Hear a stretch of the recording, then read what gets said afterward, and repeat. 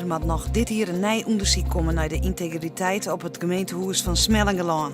Neffens B&W is een veilige organisatie heel wichtig voor Smellingelaan, los van de recente gebeurtenissen. Meer dan 30 medewerkers en oud-medewerkers kwamen met klachten over de werksfeer op het gemeentehuis. B&W van Ljouwert zette de plannen voor de opvang van daklezen en drugsbroekers onder de tuinen in Ljouwert terug.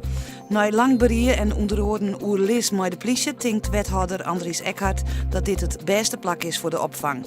In maart kwam er een storm van protesten op een bewennersgeerkomsten. Koning Willem-Alexander opent op 31 mei het gerechtshof Ljouwert-Arnhem. Maar ingang van januari van dit jaar binnen de gerechtshoven van Ljouwert en Arnhem omvormen tot één organisatie.